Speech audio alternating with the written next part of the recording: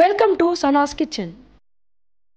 இன்னைக்கு நம்ம வீடியோவில் குவிக்காக செய்யக்கூடிய ஒரு சைட் டிஷ் ரெசிபி தான் பார்க்க போகிறோம். சிக்கன் கிரேவி எப்படி செய்யலான்னு பார்க்கலாம் வாங்க.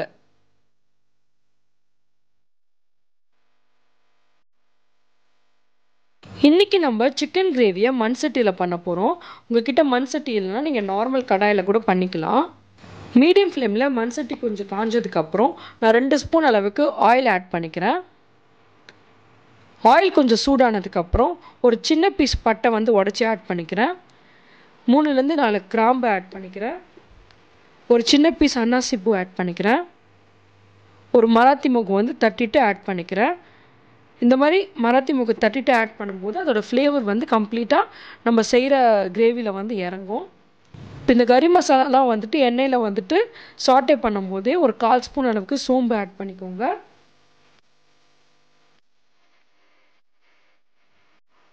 இதெல்லாம் லைட்டாக எண்ணெயில் பொரிஞ்சதுக்கப்புறம் இந்த கிரேவிக்கு நல்ல கலர் கொடுக்கறதுக்காக நான் 1 ஸ்பூன் அளவுக்கு சில்லி பவுடர் இதில் ஆட் பண்ணிக்கிறேன். இந்த சில்லி பவுடர் இந்த ஆயிலோடு நல்லா மிக்ஸ் பண்ணி விட்டுருங்க. அதுக்கப்புறம் 1 ஸ்பூன் அளவுக்கு நான் ஜிஞ்சர் கார்லிக் பேஸ்ட் ஆட் பண்ணுறேன். 4லேருந்து 5 பச்சை மிளகாய் சின்னதாக கட் பண்ணி ஆட் பண்ணிக்கலாம். இப்போ இந்த இஞ்சி பூண்டு பேஸ்ட்டும் இந்த சில்லியும் இந்த எண்ணெயில் நல்லா வதங்கட்டும். இதோட ரா ஸ்மெல்லாம் போகணும், அந்தளவுக்கு நல்லா வதக்கி விட்டுருங்க.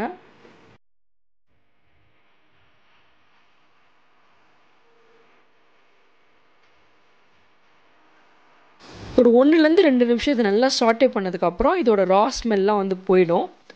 இந்த ஸ்டேஜில் 1 கப் அளவுக்கு நான் சின்னதாக நறுக்கி வச்சுருக்கேன் வெங்காயம் ஆட் பண்ணிக்கிறேன். உங்கள்கிட்ட சின்ன வெங்காயம் இருந்தால் நீங்கள் அதை கூட இதில் கட் பண்ணி ஆட் பண்ணிக்கலாம். இந்த பச்சை மிளகாய் இஞ்சி பூண்டு பேஸ்ட்டோட இந்த வெங்காயத்தை நல்லா கலந்து விட்டுருங்க.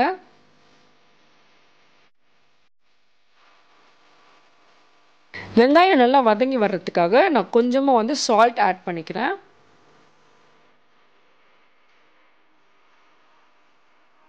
இந்த மாதிரி மண்சட்டியில் செய்கிறப்ப நம்ம செய்கிற கிரேவியோட டேஸ்ட் நல்லா ஆத்தென்டிக்காக இருக்கும்.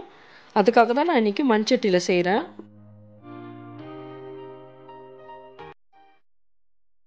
ஒரு 2-3 நிமிஷம் வெங்காயம் நல்லா வதங்கட்டும். பாருங்கள், இந்த ஸ்டேஜுக்கு வெங்காயம் நல்லா வதங்கி வரணும், கொஞ்சம் நல்லா ப்ரௌன் கலரில். இப்போது ஒரு கைப்பிடி அளவுக்கு புதினா, ஒரு கைப்பிடி அளவுக்கு கருவேப்பிலை நான் கொஞ்சம் சின்னதாக நறுக்கி இதோட ஆட் பண்ணிக்கிறேன். புதினா ஆட் பண்ணுறப்ப சிக்கன் கிரேவிக்கு ஒரு நல்ல ஃப்ளேவர் கிடைக்கும்.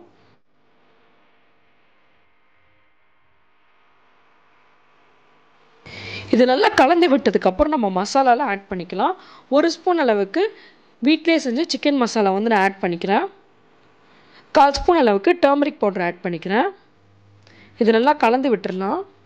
இந்த ட்ரை மசாலா ஆட் பண்ணி ஒரு 30 செகண்ட் வதக்குனதுக்கப்புறம் நான் 1 கப் ஃபுல்லாக பியூரே பண்ணி வச்சுருக்க தக்காளி ஆட் பண்ணிக்கிறேன். இது 2லேருந்து ஒரு 3 மீடியம் சைஸ் தக்காளி நான் இந்த மாதிரி நல்லா பேஸ்ட்டாக அரைச்சி வச்சுருக்கேன். இந்த வெங்காயத்தோடு நல்லா கலந்து விட்டுருங்க. இந்த கிரேவி ஒரு மைல்டான புளிப்பு தன்மையோடு இருக்கும். உங்களுக்கு இவ்வளோ புளிப்பாக வேண்டாம் அப்படின்னா நீங்கள் தக்காளியோட அளவு கம்மி பண்ணிக்கலாம். தக்காளி ஆட் பண்ணதுக்கப்புறம் இது நல்லா இது ஒரு தொக்கு மாதிரி நல்லா வதங்கி வரணும். ஒரு 2லேருந்து 3 நிமிஷம் அளவுக்கு இது நல்லா ஒரு தொக்கு கன்சிஸ்டன்சிக்கு வதக்கிடுங்க. பாருங்கள், இப்போ இது நல்லா வதங்கிடுச்சு, ஒரு தொக்கு மாதிரி ஆயிடுச்சு. இந்த என்டையர் குக்கிங் ப்ராசஸ்லையுமே உங்களோட ஸ்டவ் மீடியம் ஃப்ளேம்லேயே வச்சுக்கோங்க, ரொம்ப ஹை ஃப்ளேமில் வேணாம், இல்லைனா தீஞ்சிரும். இந்த தொக்கு கன்சிஸ்டன்சிக்கு வந்ததுக்கப்புறம் நான் கட் பண்ணி வாஷ் பண்ணி வச்சுருக்கேன் போனோடு இருக்க 1/2 கிலோ சிக்கன் நான் இது கூட ஆட் பண்ணிக்கிறேன். சிக்கன் வாஷ் பண்ணுறப்ப நான் கொஞ்சமாக மஞ்சள் தூள் போட்டு வாஷ் பண்ணியிருக்கேன். சிக்கன் போட்டுட்டு நல்லா இந்த தொக்கோடு நல்லா கலந்து விட்டுருங்க. சிக்கனை நல்லா இந்த தொக்கோட கலந்து விட்டதுக்கப்புறம் அடி பிடிக்காமல் இருக்கிறதுக்காக ஒரு 1/4 கப் அளவுக்கு மட்டும் நான் தண்ணி ஆட் பண்ணிக்கிறேன். ஆல்ரெடி சிக்கன் குக் பண்ணுறப்ப அதுலேருந்து வேற கொஞ்சம் தண்ணி வரும், அதனால நிறைய ஆட் பண்ணிடாதீங்க. இந்த ஸ்டேஜில் அடி பிடிக்காமல் இருக்கிற அளவுக்கு மட்டும் ஒரு 1/4 கப் ஆட் பண்ணிக்கலாம். இப்போ சிக்கன் நல்லா மூடி போட்டு வேக வச்சிடலாம். ஒரு 7லேருந்து 10 நிமிஷம் அளவுக்கு சிக்கன் வந்துட்டு ஒரு 3/4 வெந்துடணும். ஒரு 80% அளவுக்கு வெந்துடணும். அந்த அளவுக்கு இது வேக வச்சிடலாம். மூடி போட்டுறேன். இப்போ ஒரு 10 நிமிஷம் ஆயிடுச்சு. சிக்கன் நல்லா வெந்துருச்சு. பாருங்கள், பார்க்கும்போது சிக்கன் நல்லா வெந்தது தெரியுது. இந்த ஸ்டேஜில் வந்துட்டு 1 கப் அளவுக்கு நல்லா பீட் பண்ண தயிர் வந்து ஆட் பண்ணிக்கிறேன். இந்த கிரேவியில் தயிர் ஆட் பண்ணும்போது கிரேவியோட கன்சிஸ்டன்சியும் நல்லா இருக்கும். ப்ளஸ் சிக்கன் வந்து நல்லா ஜூஸியாக சாஃப்டாக வரும். அதுக்காக தான் நம்ம தயிர் ஆட் பண்ணுறோம். நான் வந்து ரொம்ப புளிப்பில்லாத தயிர் தான் வந்து பீட் பண்ணி ஆட் பண்ணிக்கிறேன். ஆல்ரெடி தக்காளி வேறு போட்டிருக்கோம். ரொம்ப புளிச்ச தயிர்லாம் வந்து ஆட் பண்ணிங்கன்னா ரொம்ப புளிப்பாயிரும் கிரேவி. தயிர் ஆட் பண்ணதுக்கப்புறம் ரொம்ப நேரம் குக் பண்ணக்கூடாது, இல்லைனா ஒரு மாதிரி திரிஞ்ச மாதிரி ஆகிடும். அதுக்காக தான் 80 to 90% அளவுக்கு இந்த சிக்கன் வெந்ததுக்கப்புறம் நம்ம தயிர் ஆட் பண்ணுறோம். தயிர் ஆட் பண்ணிவிட்டு நல்லா மிக்ஸ் பண்ணி விட்டுருங்க. காரம் உப்புலாம் வந்து செக் பண்ணிக்கோங்க. உங்களுக்கு ஒரு வேளை காரம் உப்புலாம் எக்ஸ்ட்ரா தேவைப்பட்டதுன்னா நீங்கள் இப்போ இந்த ஸ்டேஜில் ஆட் பண்ணிக்கலாம். இது கலந்து விட்டுட்டு லாஸ்ட்டாக கொஞ்சமாக மட்டும் நம்ம இதை கொதிக்க விட போகிறோம். இது மூடி போட்டு கொஞ்சம் வேக வைக்கிறதுக்கு முன்னாடி நான் பொடியாக நறுக்கின கொத்தமல்லி வந்து இது கூட ஆட் பண்ணி கலந்து விட்டுறேன். இப்போ மூடி போட்டுட்டு ஒரு 4லேருந்து 5 நிமிஷம் அளவுக்கு இது நல்லா வேகட்டும்.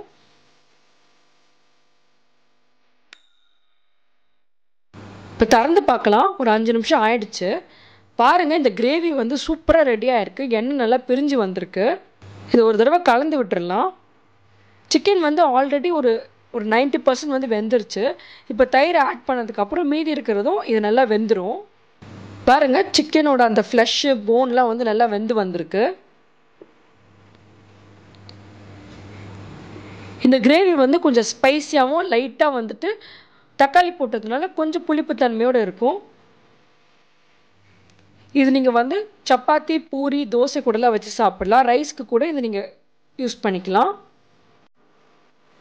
லாஸ்ட்டாக வந்து கொஞ்சமாக நறுக்கின கொத்தமல்லி வந்து நான் ஆட் பண்ணிவிட்டு கலந்து விட்டுடலாம். அவ்வளோதான். நல்லா கலர்ஃபுல்லாக குவிக்காக செய்யக்கூடிய நம்மளோட சிக்கன் கிரேவி வந்து ரெடி ஆயிடுச்சு.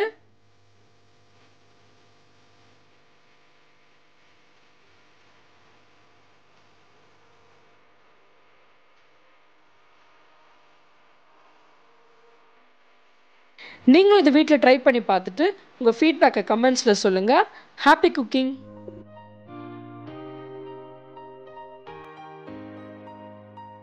பிடிச்சிருந்துச்சுன்னா லைக் பண்ணுங்கள், ஃப்ரெண்ட்ஸ் அண்ட் ஃபேமிலியோட ஷேர் பண்ணுங்கள், என்னோட சேனலை சப்ஸ்கிரைப் பண்ணுங்கள். தேங்க்யூ.